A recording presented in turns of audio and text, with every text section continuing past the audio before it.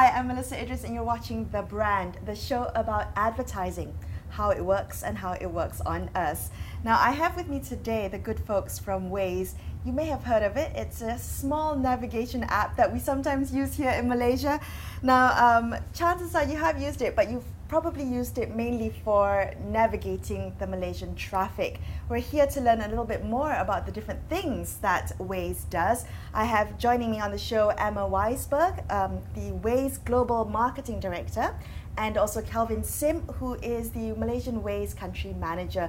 Welcome to the show, guys. Hi, thank you. Thank you for having us. Yes, so, it's not just a navigation app, is it? So many other things. I mainly use it for navigating daily KL traffic, but maybe you can tell us about some of the other things that Waze is about. Absolutely. So I'll start with an example or two and then allow you to talk about Malaysia a little bit more specifically. Sure. But since I'm here from New York and I do work across all of our markets, some of the pieces that I find the most exciting about Waze is one, we call it our CCP program, which is our community program where we work with local governments and municipalities for data sharing. Mm-hmm. So for example, Waze would share our data with a local government, and then what they're able to do is understand the roads, the situation. Is it a safe road? Is it not a safe road? Is there a way that they can do better city planning or urban planning and change their infrastructure based on the data that we have? Right. And it's a really great sort of two-way exchange between Waze and local government. Okay, so that's kind of partnerships with local government as well. And I know Waze has partnered up with several state governments here in Malaysia, right? Yes, we have. One in particular is with the Selangor State Government. So what we're doing with the Selangor State Government is essentially allowing Wazers on the road who report in potholes. Yes, I've seen that pop up, right? Exactly. So when you report in the potholes, what that does is we send that information back to the Selangor government, and what they will do with that information is essentially come and fix those potholes. Okay. And Waze, of course, is community-based. It's all about the users, because where you get the data is when people report there is a pothole. So Kelvin's driving around and he goes, oh, there's a pothole there, and he reports it, right? Correct. So it is all about integrating community data. The more people that use Waze, the better the data. And Kelvin, I understand that Malaysia is one of the biggest Waze markets? Yes, Malaysia is actually the biggest Waze market in APAC. We have roughly around 6.3 million monthly active users, which constitutes roughly to about 33.3% market penetration here in Malaysia. And an additional nugget to that, we are actually the fourth largest market in the world. Fourth largest Yes, market in the we world. are. Why are Malaysians hooked on Waze? Is our traffic so bad that we really need the navigation system? Well, I don't think so, because in terms of region, the worst country in the world, in the region that has the worst traffic, is actually Manila. Okay. Yeah, so okay. Manila has the worst traffic in the world, and it sits here within APAC, but still in terms of user base, we're still pretty strong. And I think it's because of what we can provide the user. So while it's about navigating from point A to point B, it's not essentially just about navigating. It's also us being their co-pilot in the car. Right. Us being able to take them to a specific destination that they're looking for. It's not just about navigating through traffic, but it's about getting from point A to point B. Yeah, what are users looking for when they use Waze? I mean, clearly it's taken off in Malaysia, but from a global standpoint, Emma, when you have a user on the Waze app, what is it that they need apart from just navigation? Yes, so there's so many things that a Wazer wants. I think part of your question around why is it popular in Malaysia? Right. Now, I'm not from here, but I'm going to guess that it's also because the people here enjoy helping each other. Yes. Okay. So much of Waze is that community aspect you were mentioning before, which is people helping people. So you have to have this commute, right? Right. You don't want to have this commute, you have to have this commute. That's mandatory. But if you can make it a more enjoyable experience, and enjoyable might mean that it's a little quicker because Waze is giving you the best route, but it's also that it's more social, right? And you this feel kind of part of this crowd platform, right? part of a crowd platform, exactly, and you feel like you're contributing back to the greater good, which you absolutely are, and you're part of a community, and that's what we hear from our users all around the world. I feel as though I am part of a community, right? That I'm having a social experience. but also that I'm getting important information. So important information might be there's something on the side of the road, right? Important information might be there's a police trap. Sure, there's a roadblock somewhere down the line, yes. But important That's information. congestion. Yes. That really, really helps on the highways sometimes Yes. here in Malaysia, right? Yes. Exactly. And sometimes it's where is the next cup of coffee I can pick up. And on that note is something I've noticed on my Waze app when I use it have been these pop-ups of ads recently. I mean, it's been around for a while, but I've only started to notice it more, make a mental conscious effort to notice it, because it seems to be a little bit more obvious now. And I think is that one thing that Waze is starting to push, this mobility marketing, in-app advertising? Mm-hmm. Yeah, absolutely. So it's not new to the app, but what we're finding is that more and more sort of brands and businesses are finding it really useful, and then the drivers, the Wazers themselves, are responding, and they are also finding this useful information that they can take an action on during their drive.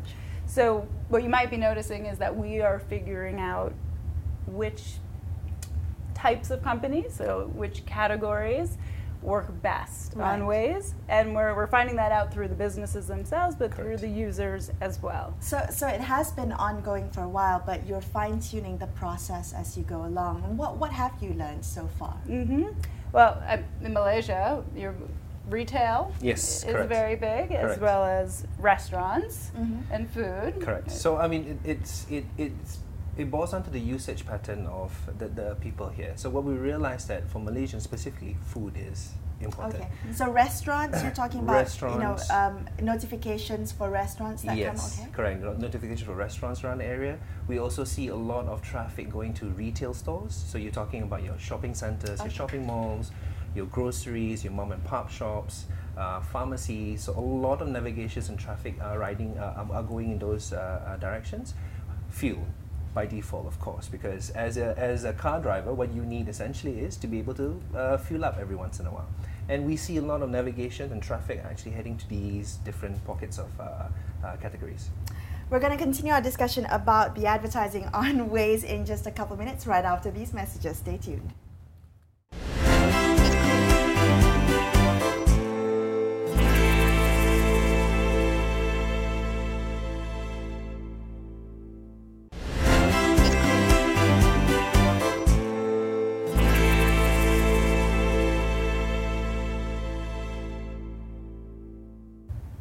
Thanks for staying with us on The Brand. We're talking about mobile advertising, mobility advertising, what that means. Now, in the age of digital advertising, this is, I guess, a newer form of digital advertising. You have, the traditional, traditional digital advertising. Emma, how are you, as global chief marketing officer for Waze, how are you positioning the destination-based marketing in the, landscape of digital advertising? Yeah, absolutely. So we all know the mobile phone is everywhere. It's everything now, right? That is the place where we are getting all of our information, where we are spending all of our time. It's our best friend. So within that, this is, of course, where Waze sits. But we want to be really specific about why do people use Waze, right? They're using Waze to get from one place to another. And so within that, we think there's this opportunity for us to help them decide on what their next destination might be. And so we're talking about this idea of destination-based marketing because what's really unique about Waze is we understand not just where you are. So today with your mobile phone, there's probably 100 companies right now who understand where you're sitting right now, right? That's just Google is one of them. Google's one of them. What Waze understands is not just where you are, but where you're going. So we understand your journey. We understand the businesses that you're going to pass along the way. We understand the context of that drive. Is it fast? Is it slow? Are you near home? Are you far from home? So within that, we can combine the fact that you are a Wazer, you like being part of this community, you're expecting to hear from us and hear information from us with what we know about what's happening on your drive and serve you really relevant ads, right, that match the experience that you're having. I think that's really important because what you used, that it has to sit in the context, right? So advertising that is in the context of someone's daily experience feels less intrusive. Correct. I mean, that's the main grouse with advertising, isn't it? That Exactly. advertising is bombarding us and it's intrusive Exactly. to our lives. So the idea for Waze is to integrate it as part of the daily commute, the daily drive. And the way you do that is because you have the data of the commute. So I'm guessing if I pick up a cup of Starbucks every day to work, you would know that, and a Starbucks ad might pop up on my way to work. Is that how the Waze advertising would work? Yes, essentially that's how it works. So we roughly have around 20 million navigations that happen on a monthly basis on the platform. And of that, I think I mentioned earlier in terms of the different categories that they actually drive to. So we know the breakdown in terms of how many people actually on a monthly basis drive to a retail store, Right. how many drive to a QSR store, how many navigations actually go to a fuel gas station. So based on those data and those numbers, what we can then do is to be able to provide brands with a solution to their consumers to be contextually relevant. And that's the key, and that's the difference that we have. Okay, well, let's talk about the two elements, right? You've got the Wazers, the users, and how the advertising on Waze affects them, and you've got the advertisers and how they can connect with consumers who are on the go constantly on their phones. Let's talk about the user behavior first. When the app pops up, how does Waze ensure that it is not dangerous to the users who are driving at that point in time? Yeah, so that's a great question. Safety is always our first and foremost concern. So we've done a lot of things over the course of developing the right ad solution to make sure that the driver is always concentrated on the road and not concentrated on the ad. So one example is from the different kinds of formats. You're probably familiar with the little pin, Yes, right? The little yes, pin on the we've map. seen that, yeah. That is very non-intrusive and something that we have heard from our users and from our drivers, that they don't even consider that an ad, actually. That is just a piece of information that's expected to be on the map. So it's not distracting from the drive at all. The other main format of ad is what we call a zero speed takeover, and we named it that very deliberately because it only shows when your vehicle is at zero speed. Zero speed takeover means when the car is stalled or stopped. So then the ad pops up on the app itself. Okay. Correct. Exactly. So I know the traffic isn't as bad as the Philippines, but you have a lot of traffic. It's still So quite you are bad. stopped often. So it might be that you're stopped in traffic. It might be that you're at a light. Yes. Okay. Right? Okay. And so this is a moment when it is safe to surface information about a local nearby business. Right. And as soon as the car starts to accelerate again, the ad disappears. I see. Okay, so once there's movement, it disappears and you're back to the navigation map. Correct. Okay, and then so how do you ensure that real estate space is always an issue on your screen, right? Especially you've got your mobile, and you know that often you're fixated on the map, the navigational map. How do you ensure that it doesn't clutter, the ads don't clutter the screen space? There's a few ways that we do that. Most important, it is very small real estate. So Yeah, that it is is an a important small point. screen. All of what we're doing, this isn't TV, or all of what we're doing is happening on this little Right. screen. So we limit the number of ads any user would be seeing at a given time. So when you think about the screen and you're navigating, sometimes you zoom in, sometimes you zoom out. But we're always going to we're going to cap the number of pins you see on the map to 4. Okay. So that it does not become distracting and it just is helpful information. So there is a limit to how many advertisements you'll see at any point in time.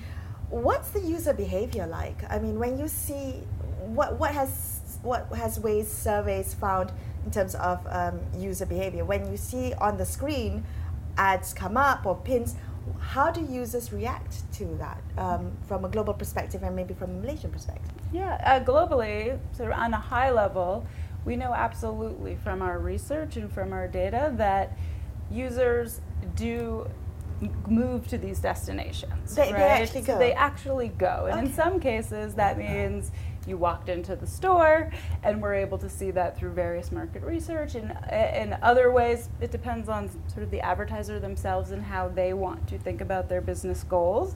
But we're able to provide the right measurement to say, okay, somebody walked into your store location, or someone actually purchased something in your store.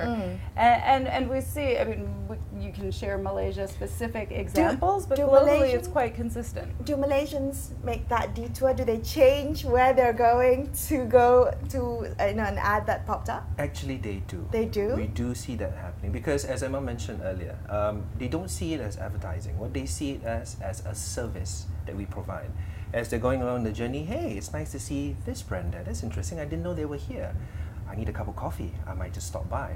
So we see that trend globally transcending down to Malaysia as well, and it's something that our users see as a service more than anything else. And an important distinction there, sometimes it's right in the moment, right? So sometimes you reroute right now. You want that cup of coffee. Exactly. So it's other just times, adding to the a route to you add it in. Other times, it's just the awareness that you're building up over time that this location is right along my journey from school to the gym.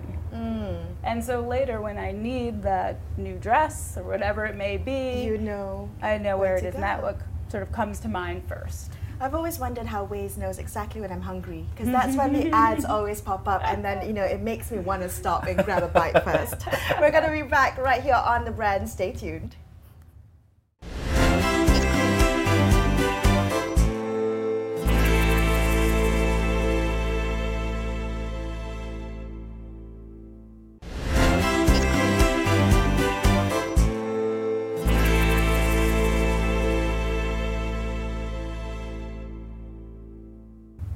Welcome back to The Brand. I'm Melisa Idris. I'm chatting to the good folks at Waze. Now, Google bought over Waze in 2013, and all that data, I think, has been really attractive to advertisers. Now, let's talk a little bit about how advertisers connect to Wazers on the go. You've got, you mentioned a little bit earlier, Kelvin, that you've got food, so restaurants, you've got retail, and you've got fuel. That's kind of the three components, categories that advertise on Waze. Are these just big brands? Are you talking about the McDonald's and the Starbucks of the world, as opposed to the mom and pop little gerai in the corner? Who will they be able to advertise on Waze? Yes, essentially they would be. I mean, what you traditionally see on the map are the big brands, your McDonald's, your KFCs. But you also do see the smaller shops, the independent restaurants, the smaller businesses that can actually be on the map. And all they have to do really is to look at our local program that we have. It's a Waze portal called, all you have to do is go online, waze.com/local. And from there you'll be able to advertise for as low as $2 a day and to have your presence on the map. Is the idea to make it hyper-local? Is that the idea for Waze? I think Waze is hyper-local, no matter which way you look at it. So even if you're a huge brand, you're a Starbucks, you're a McDonald's, at the end of the day, you care about this one single location. And that's really the way the entire sort of system and platform is set up, so that we can customize, you are driving by this store location. It's not even necessarily that it's a McDonald's, it's that it's this McDonald's. Right. I guess I'm also wondering, what happens if it's a product, right? What if it's a product that has no retail space, that has no retail presence? Would that be an advertiser that would benefit from advertising on Waze? We get this question a lot, and it makes sense. If there isn't a location, I can't drive to it. Exactly. Why would I advertise my product? Yes. But in fact, it does work, and there are a few examples of this from the CPG category. Consumer packaged goods, exactly. So the Cokes or the Dannons, in this case, one example I could share is from Dannon. But I will also relate it to, in Asia, a lot of retail being within the mall space, if you will. So it's kind of the same challenge that you're facing. So how do you get someone to your store that's within a larger mall footprint? Right. And what we do is we call it guest advertising. So let's take Dannon, for example. They were launching a new yogurt brand, and they sell that through various retailers. So they pinned the retailers, the retail locations, so you knew where that was.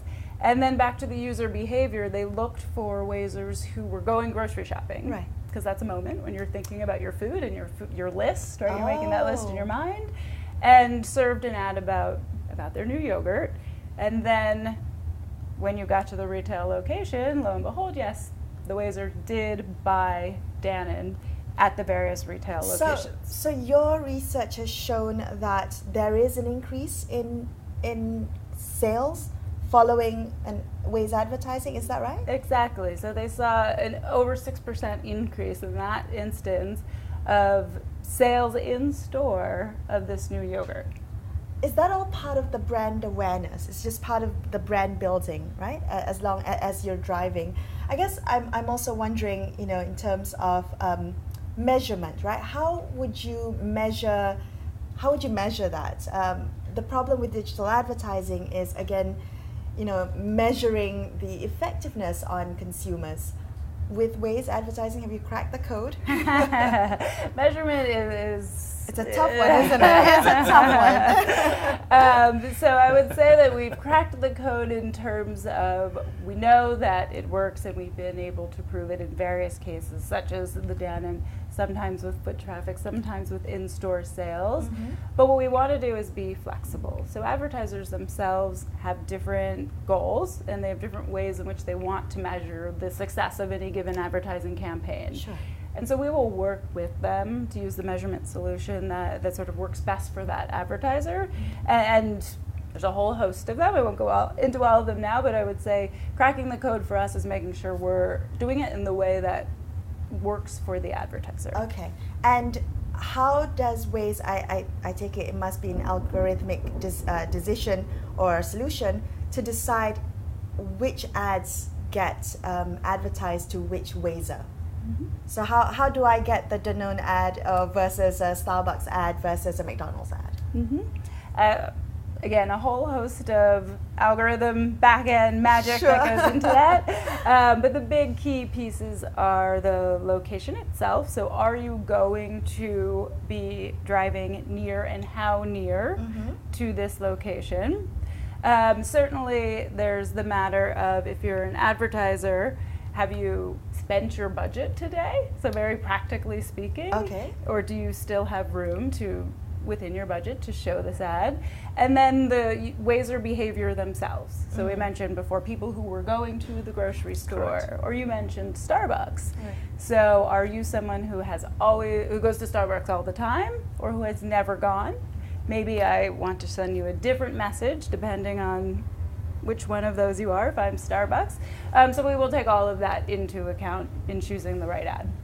What's the Malaysian context here, Kelvin? How are Malaysian Wazers receptive to the Waze ads, and how are advertisers receiving it? Well, I think from a consumer standpoint, as Emma rightfully put it, it's about us being contextually relevant for them. So they are already headed to a specific destination. They're already headed there. All we're doing is we're giving them options as they go along. Like rightfully say, how do they know when you are actually hungry? Well, how does Waze know when I'm hungry? So, It must be a specific time of the day, right? Correct. Lunch, at the end of the day, early driving in the morning. home from work, stuck in traffic, exactly. they know. Right. So it's about being contextually relevant in that sense. So to be able to say, hey, you're stuck in a jam. Why don't you just take a 5-minute break at the nearest petrol station down the road and grab a cup of coffee?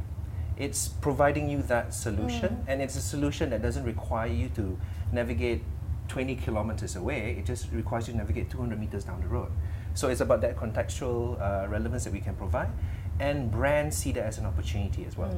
What they don't want to do is they don't want to speak to an audience or a user when it's not relevant to them, to push a product that they are not particularly looking at or searching for at that point. So what we can give them in this, from our data sets to be able to marry that for them. Right. So the user journey, it's still going to be a natural user journey on the platform, and it's one that is very relevant to the users. Well, it's solving that problem of intrusive ads Yes. versus relevance and context, right? Yes, so correct. native advertising. Correct. Right. Well, it's been such a pleasure talking to both of you today. Thank you so much for joining me on the show. It's a pleasure being here. Thank you. Thank you for having us. You've been watching The Brand, and I'm Melisa Idris. I'll be back at the same time next week, so make sure you tune in then. See you then.